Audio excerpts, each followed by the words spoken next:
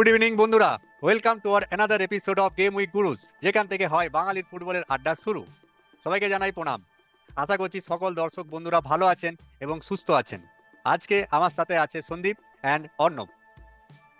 আজকে আমরা ডিসকাস করব আইএসএল সিরিজের আরেক টিম, অ্যান্ড সেটা হচ্ছে the Mariners Mohun Bagan super giants. Super giants, the Mariners বা সবুজ মেরুন ব্রিগেড, যে ক্লাব যেটা আমাদের একটা ইন্ডিয়ান ন্যাশনাল ক্লাব, যেটা স্ট্যাবলিশড হয়েছিল 1889-এ।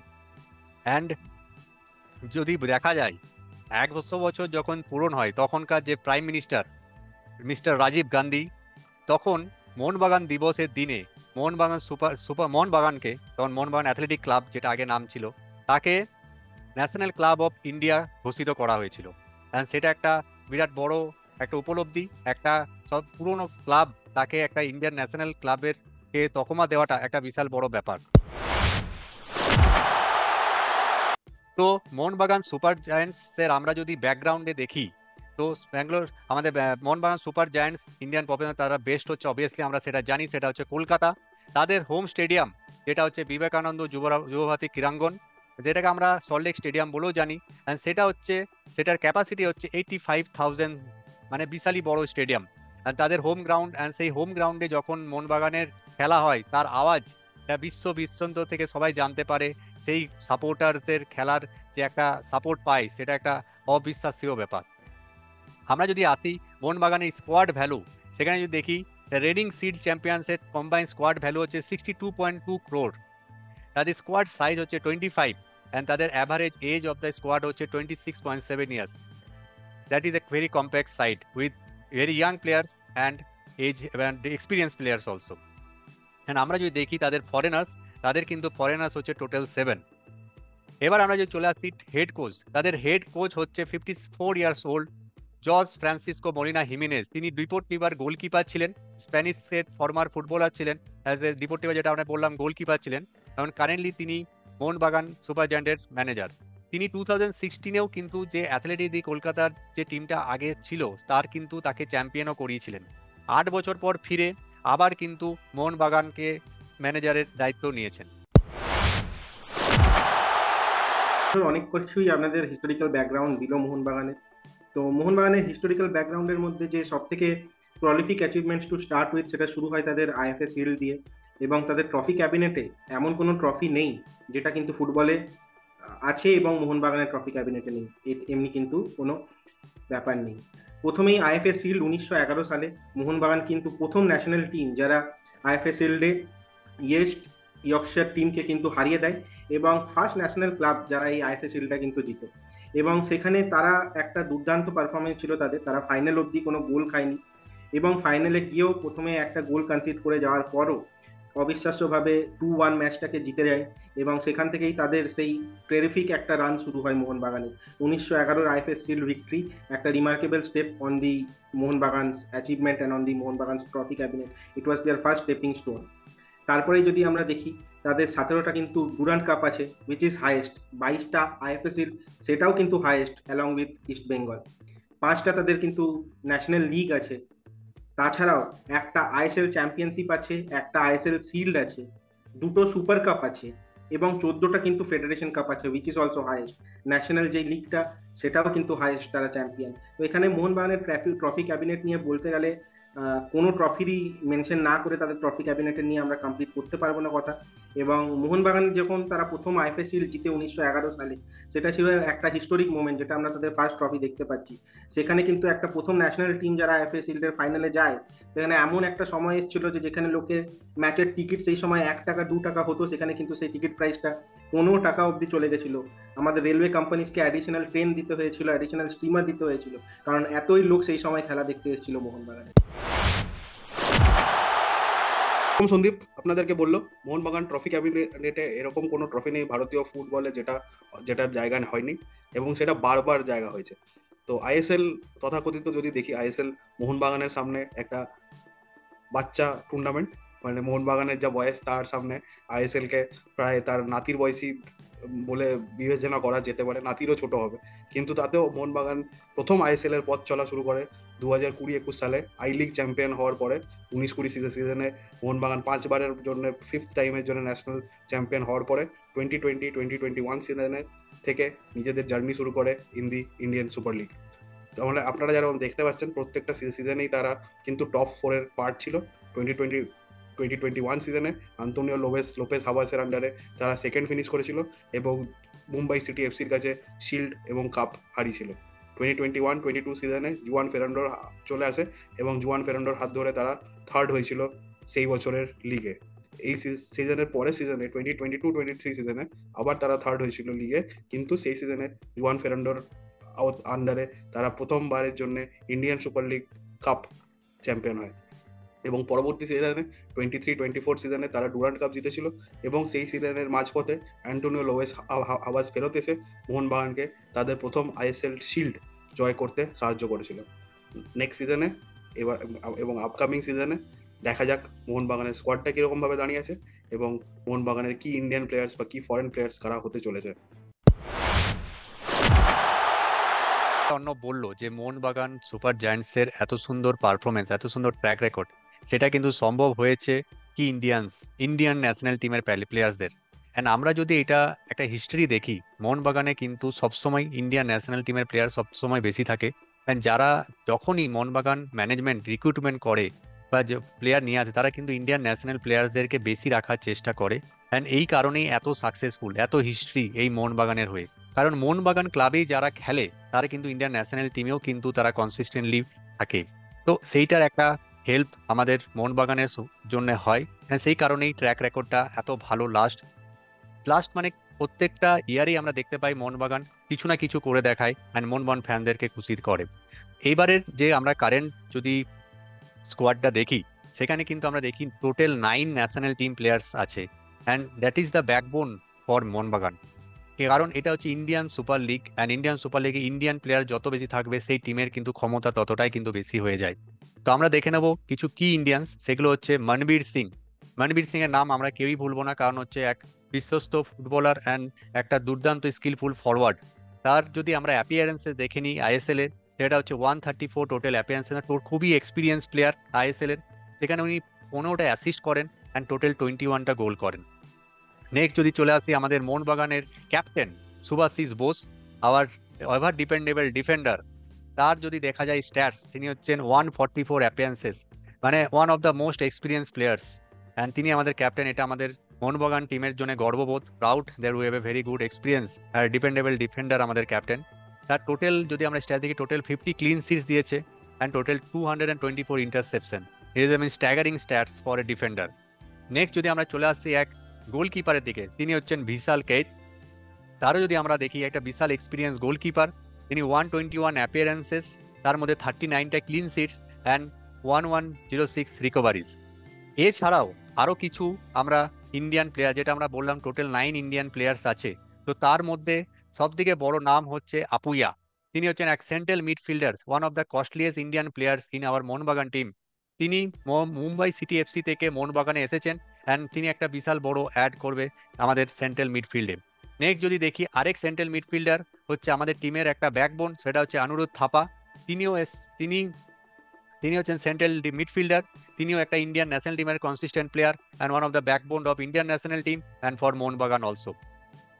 নেক্সট যদি আসি আমরা সাহাল আব্দুল সামাদ, আরেক অ্যাটাকিং মিডফিল্ডার, একটা 27 ইয়ার্সের মিডফিল্ডার, খুবই এক্সপিরিয়েন্স প্লেয়ার অ্যান্ড তিনিও এবার মোহনবাগানের হয়ে খেলবেন।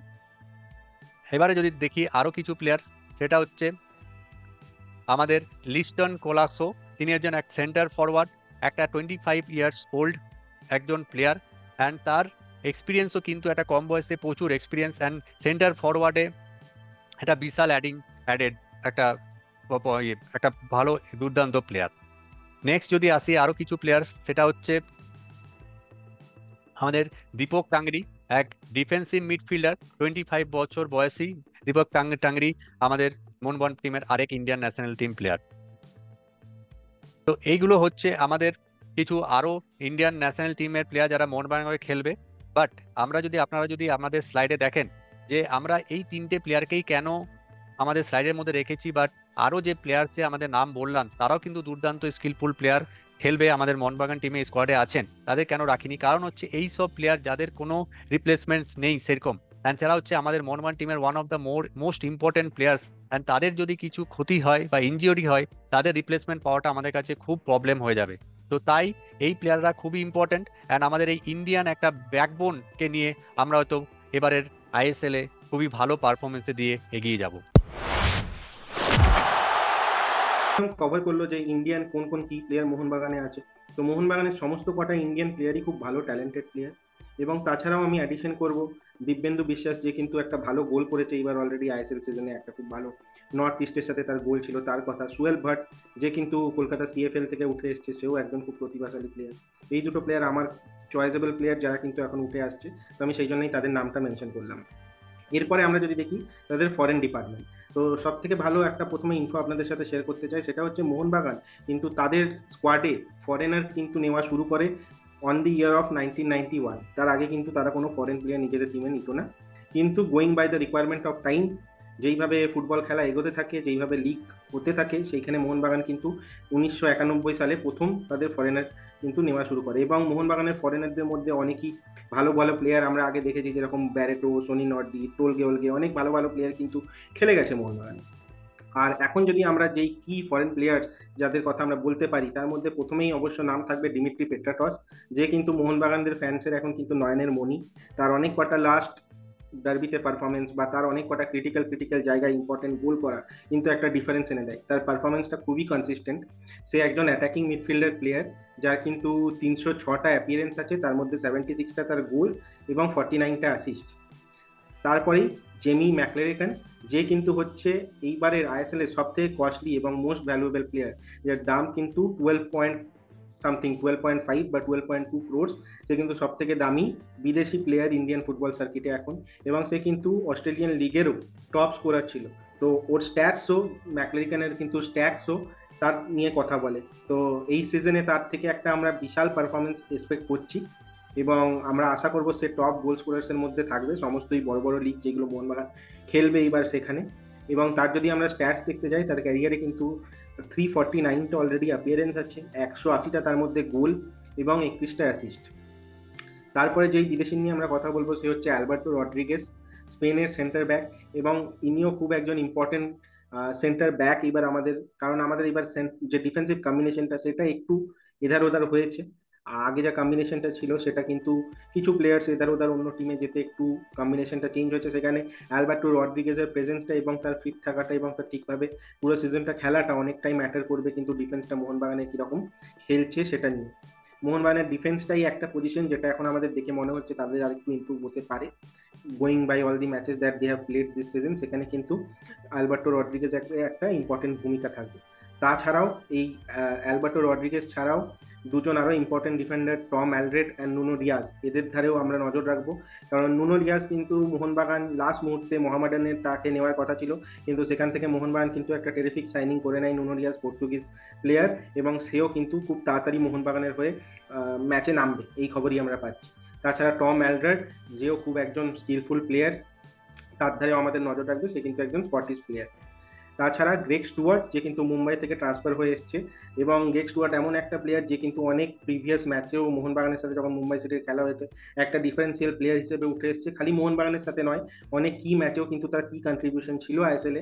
এবং তার মানে গ্রেগ স্টুয়ার্ট এমন একটা প্লেয়ার যাকে নিয়ে সমস্ত কিন্তু প্রতিপক্ষ কোচই চিন্তায় থাকে, সেখানে আমরা দেখছি সে অলরেডি মোহনবাগানের হয়ে ভালো খেলছে এবং অনেক ম্যাচ উইনিং বা ম্যান অফ দ্য ম্যাচ পারফরমেন্সও এর মধ্যে দিয়ে চলে গেছে। আর তাছাড়াও জেসন কামিংস, যে যখন থেকে এসছে তখন থেকে একজন খুবই কনসিস্টেন্ট প্লেয়ার, এবং আগের ম্যাচেও উইনিং গোলটা কিন্তু মোহনবাগানের হয়ে জেসন কামিংসের হাত থেকেই এসছে। এবং পেট্রাটস, কামিংস এবং আমাদের জেমি ম্যাকলেরেকান এরা কিরকম খেলছে সেটার ধারে আমরা তাকিয়ে রাখবো, এবং আমরা আশা করব তারা একটা খুব সুন্দর একটা দেখার মতন খেলা আমাদের সমস্ত দর্শকদের উপহার দেবে। এবার আমরা যেরকম দেখলাম বা আশা করি মোহনবাগান থেকে সবসময় একটা বিশাল একটা ভালো পারফরমেন্স বা top of the league finish বা হয়তো আইএসএল শিল্ড বা চ্যাম্পিয়নশিপ কোনো একটা অন্তত জিতা বা দুটোই জেতা। তো সেখানে আমি আমার যে সাথে আরও দুজন গুরু আছে, কিশোর আর অর্ণব, তোমাদেরকেও জিজ্ঞেস করবো যে কি মনে হয় যে এইবার মোহনবাগানের টিমটা কেমন লাগছে, তাদের কোন কোন এরিয়াগুলো হয়তো একটু আমাদের নজর রাখতে হবে, এবং এবং মোহনবাগানের এই পুরো সিজনটা কেমন যেতে পারে? আইএসএল হিস্ট্রিতে কখনো কোনো টিম এখনো অব্দি আইএসএল শিল্ড রিটেন করতে পারেনি। তো মোহনবাগানের জন্য একটা আপহিল চ্যালেঞ্জ হতে চলেছে এই সিজনে, যদি তারা আইএসএল শিল্ড রিটেন করতে চায় বা করতে পারে। আর এই পুরো চ্যালেঞ্জটাতে এএফসি কাপ খেলাটাও খুবই খুবই ক্রিটিক্যাল হবে।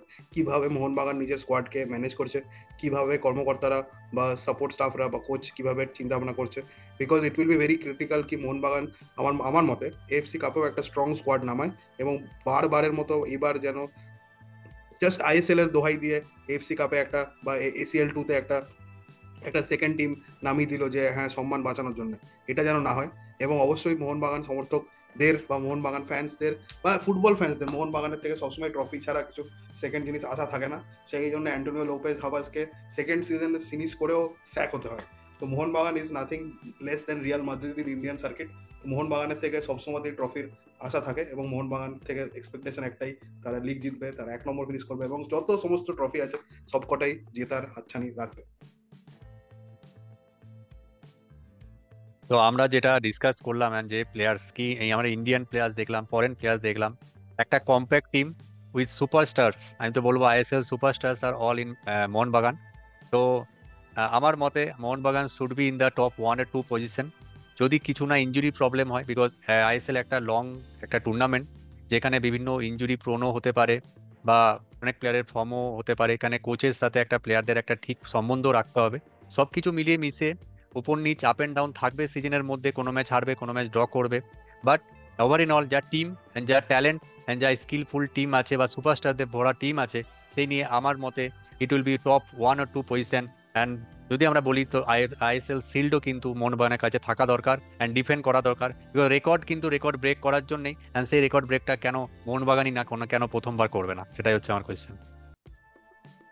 একেবারেই তাই, মোহনবাগানের থেকে আমরা খুবই একটা ভালো পারফরমেন্স আশা করছি এবং এটাই আশা করব তারা যেই রেকর্ডটা সেটা এবার ভাঙুক এবং সিলটা রিটেন করুন। এবং যেরকম অর্ণব বললো, খালি আইএসএল নয়, এসিএল 2 সেখানেও মোহনবাগানের একটা আমরা ভালো পারফরমেন্স আশা করব, কারণ আমরা মোহনবাগানের ম্যানেজমেন্টের থ্রু থেকে দেখছি লাস্ট কয়েকটা বছর ধরেই তারা একটা কোর ফরেনার এবং একটা ভালো ইন্ডিয়ান, যেখানে অনেক কটা ইন্ডিয়ান ন্যাশনাল টিমের প্লেয়ার সেমনি একটা টিম বানাবার চেষ্টা করছে। তো যেখানে একটা সেমনি টিম বানাচ্ছে, সেখানে খালি আইএসএল এ ভালো খেলা বা আইএসএল এর দোহাই দিয়ে এসিএল এ কিন্তু এসিএল 2 লিগে কিন্তু না মন দেওয়া, এটা কখনোই একটা এক্সকিউজ হতে পারে না এবং আমরা সেখানেও মোহনবাগানকে এবার প্রোগ্রেস করতে দেখতে চাই। আর তাছাড়াও Mohun Bagan is not a football club, it's a emotion, এবং আমরা মোহনবাগানের ধারে তাকিয়ে থাকবো এবং আশা করব যে তারা তাদের যেরকম এক্সপেকটেশন সেরকমই খেলে। তাহলে বন্ধুরা, এই ছিল আমাদের মোহনবাগান এপিসোড। জয় মোহনবাগান বলে আমরা এই এপিসোডটা শেষ করব। আপনি যদি মোহনবাগান ফ্যান হন তাহলে এই ভিডিওটা আপনাকে দেখতেই হবে শেষ অবধি এবং ভিডিওটা লাইক করতে হবে। ভিডিওটা যত বেশি সম্ভব মোহনবাগান ফ্যানদের সাথে শেয়ার করুন এবং আমাদের অবশ্যই জানান আপনাদের এই ভিডিওটা কেমন লাগলো। তো টিল দেন আমরা খুব জলদি নতুন ভিডিও নিয়ে আসবো। টিল দেন আপনারা ভালো থাকবেন, সুস্থ থাকবেন। Thank you, good night, take care. জয় মোহনবাগান। ভিডিওটা লাইক করুন, শেয়ার করুন আর চ্যানেলটা সাবস্ক্রাইব করুন। ভালো থাকবেন আর সুস্থ থাকবেন বন্ধুরা। ধন্যবাদ।